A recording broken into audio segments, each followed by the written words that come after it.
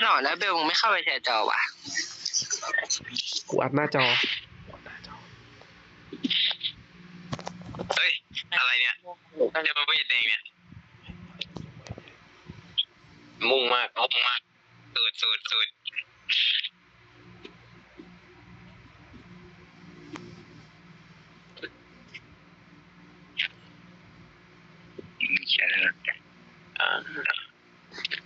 จบบนนะ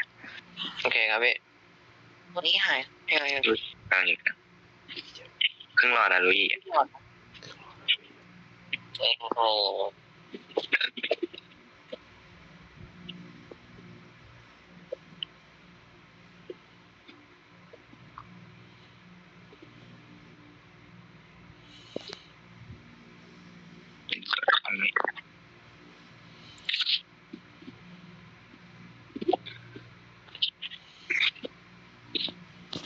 ลุยขึ้นนะมันตบบนแฟนมันใส่สุดอยู่ตัวเนี้ยแทงเลยใช่ครับพี่ยังรอจบแล้วนะบนมันดูช่วยอยู่จะเขียนล่างไว้อะไรเงี้ยมันอยู่ในพุ่มมั้งพี่มันอยู่นะได้เดือนก่อนนะเว้ยบน2นะป่าแค่นี้นี่ยังขึ้นนะโอ้ยเอาโอ้ยลงเอาซ้ายอ่ะอยู่เอาซ้ายมาแล้วตัวโลไม่พอกูยังไม่รวมนะตัวโลน่าอยู่พรุ่งนี้จดเฮ้ยมันพุ่ง2 รอบแล้วนะเว้ยเราดูอยู่นะตัวนี้ไปลองฉี่รวมอ่ะผมฉี่ให้ยังไม่ล็อกซี่อ่ะเอาปะไม่พักกูที่มาล็อกที่ลองจับล็อกที่จับโอ้โหจับไม่โดนอ่ะ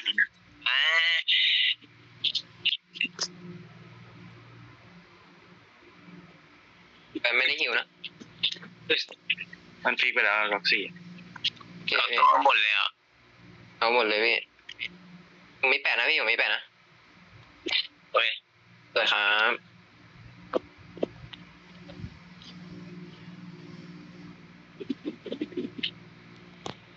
มีป่ะ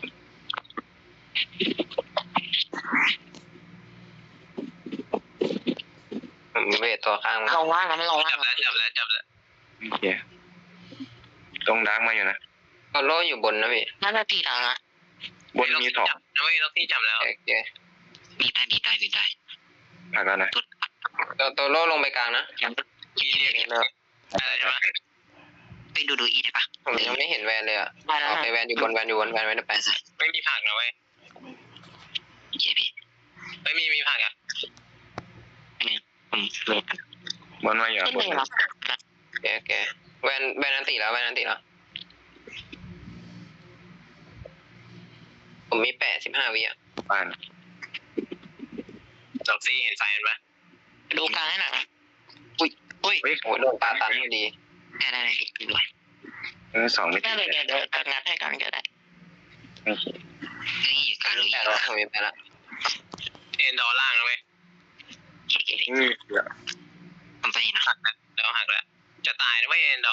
ลีไม่โหดนะตอนนี้อยู่บนนี่บน3 ตัวนะพี่มาช่วยนะกำลังไปมันลูอี้มันจะเตรียมเรียก4 นาทีอยู่บนได้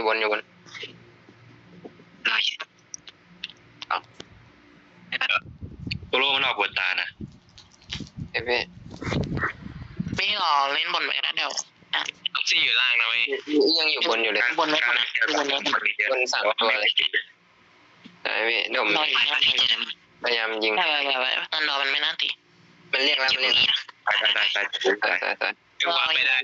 มันนอนอยู่ไหวพี่อยู่ล่างเลยโอเคล็อกซี่ก็ล่างอยู่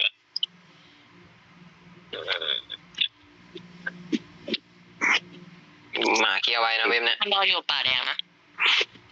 โตโร่อยู่นี่นะโตโร่แวนนี่รับไป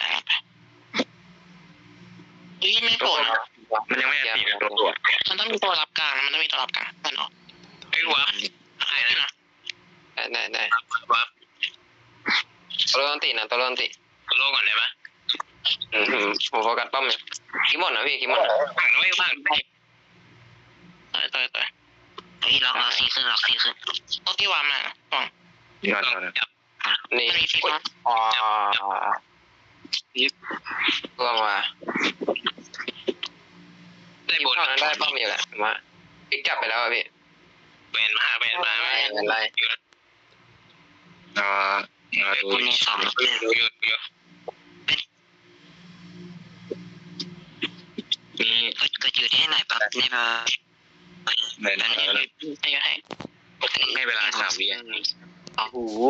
เวลาเต็มตัวด้วย ต้องไปล่างเหรอ พี่จะสลับนะ มันตีมัน ตีมังกร ตีแล้ว เดี๋ยวล่างผมเอาขึ้นบน ล่างไม่มีเลยล่างไม่มีใครอยู่ ผมไปเคลียร์แล้วเดี๋ยวผมมา นี่นะต่อ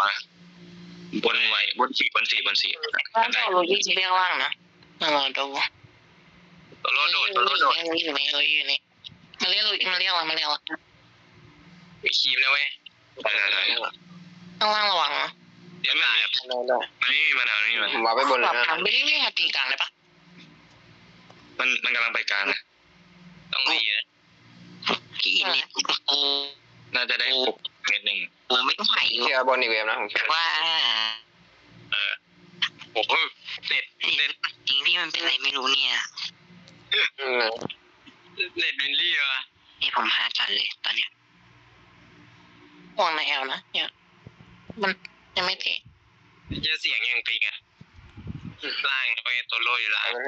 มีเอาขวานะเอาขวามีตัวนะ แทงมาเลยตัวโลอยู่ล่างแฟนล่าง ได้พี่ มาเยอะล่างมาเยอะ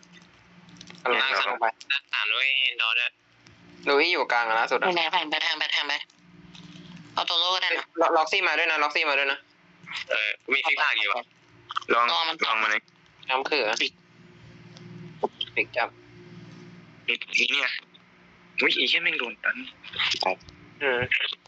งั้นเลยไม่ได้ปะมันอยู่ล่างเยอะ กลาง กลางได้ปะมันไม่ทันเท่าไหร่ มาแล้ว ล่างต่อนะพี่อย่างเงี้ย ไปเยอะ แอคทีไม่ได้เร็วขนาดนั้นผมอะโตโร่อยู่หลังนะ เน็ต เน็ตผม เนี่ย คำเดียวรู้เรื่อง เอากลางอ่ะ ทางไป มีฟิกภาคอยู่อ่ะ โรแวนได้ปะ โอ้โห ลงบอก ไม่ลงมาดีเลยดูอยู่ผมดูอยู่พี่ผมดูอยู่ โอ้โห เราตาย กูโดนอะไรตันเนี่ย โดนโรลีใบ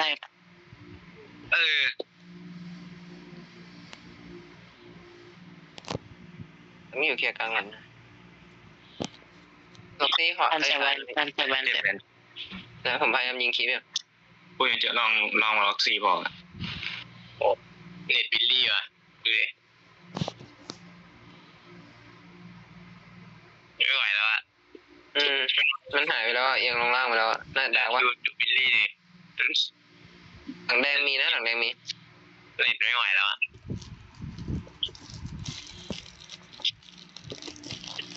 มันหายไปไหนหมดเลย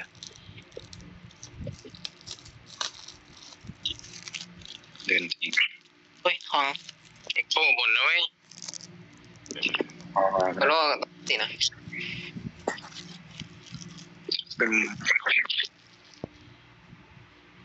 ก็ ล่าง ได้บนแล้วเนี่ย หมอล้างด้วย ไหวแล้ว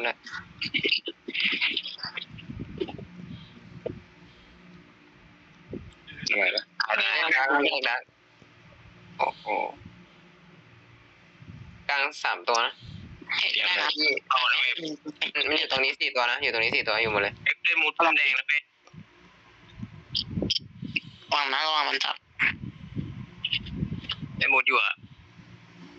แฟนเสีย ยากปะ พิกจับนะล็อกซี่อ่ะ มุดอยู่นะแฟนไม่น่าดูล็อก4ดูอีฟิกอยู่นี่ไม่มีแล้ว พี่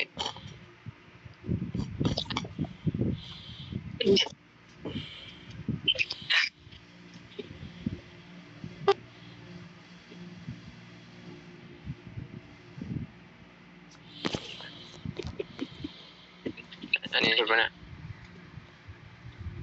โดนแล้วกลางเวฟเข้าปล่อยบนมาเคลียร์กลางนะไม่ได้ตัด บิลลี่บอกไม่ไหวจริง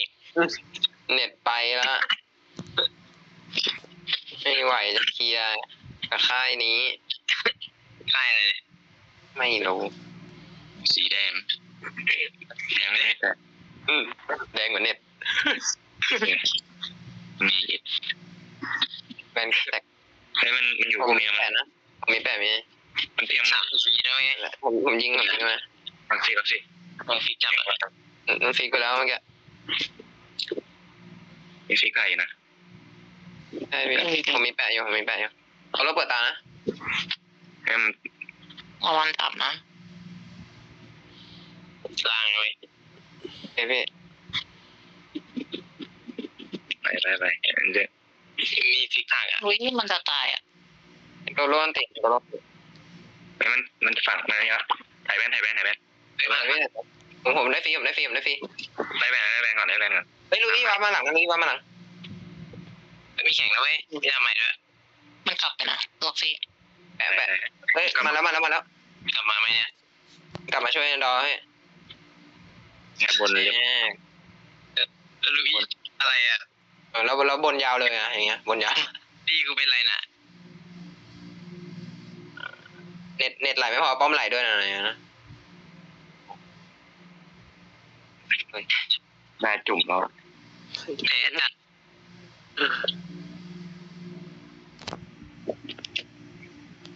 ได้ล่างเลยทำเว็บล่างมาอยู่ละ ได้กลางอีกได้เดี๋ยวผมรอเล่นล่างเดี๋ยวเอากลางเสร็จผมไปล่างไม่น่าได้เสร็จป่ะยิงนะเอ้ยตัวโลฟิกนะตัวโลฟิก เว็บเกี่ยวสุดแต่ปลาเจ็บจัดอะ มันไม่ได้ขับนะไปล่างก่อนไม่ตีดังนะตีดังก่อนเฮ้ยเอาโบ ขอดีมุดได้ด้วยตรงเนี้ย เราเปิดไว้วะจะโดนเรียกวะเนี่ยโดนเรียกยั ดาง เมจไม่ถึงนะดาเมจไม่ได้ ถอย เราฉีก มุดละปะบุ้ง มาต้อง ตอนใช่ไม่นะนั่นเราจะตายอ่ะลุยฟิก ตัวโลนตีนะ ดูหลังให้อยู่อ่ะ ผมไล่ยิงตัวโลอยู่ เอาปะเอามาได้ปะ ตาย ก็ไม่มีสับสนนะ โอ้จะตายไม่เป็นไร ไม่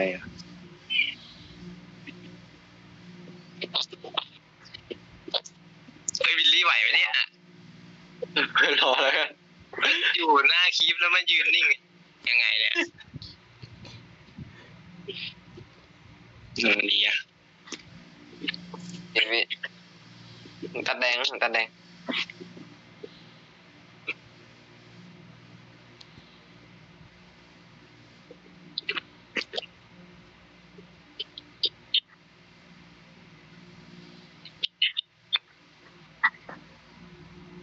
แวนโผล่บนหน่อยมังกรล็อกซี่อยู่พุ่งขวานะเฮ้ยซ้าย ทำล่างแล้วนะ ไม่รู้อ่ะ บูมันจะขึ้นตอนไหนเลย ขอได้ปะ สปอตขึ้นล่างด้วยเอาเลยพี่ ไม่ได้ล็อกคิวแล้วคำสุด แม่งไม่มีน้ำใจเลยว่ะ ยังไงพี่ยังไง ยืนดูอย่างเดียวไม่ตีเลยอ่ะ เฮ้ยผมดูแมปอยู่ อ๋อ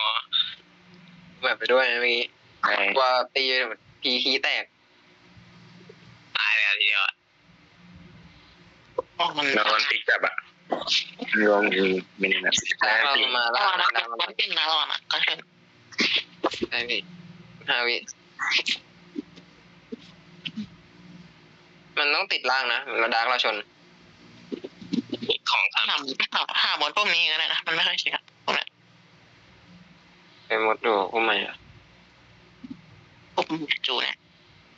ได้หมดอยู่นะ สมมติพุ่งวิเศษอ่ะ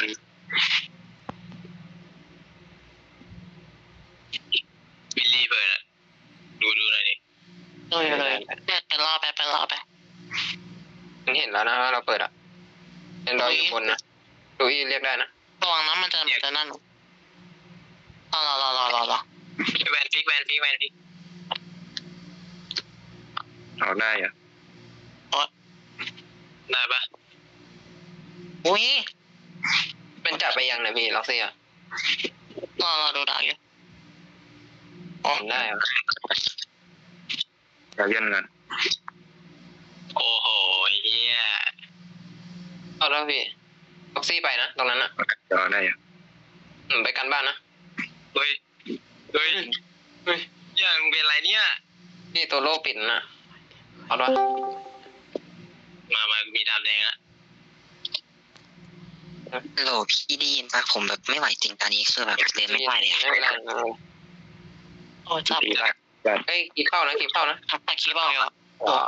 หมูพี่โคตรแบดดีอ่ะคือแบบผมเดินไม่ได้เลยคือผมชี้กำแพงก่อนเลยบ้าน มี ใช่ไหม ดาบเมนมาก ดีกว่า เห็นแล้วแมนดี แดนดีจริงพี่คือแบบผมทำอะไรไม่ได้เลยคือผม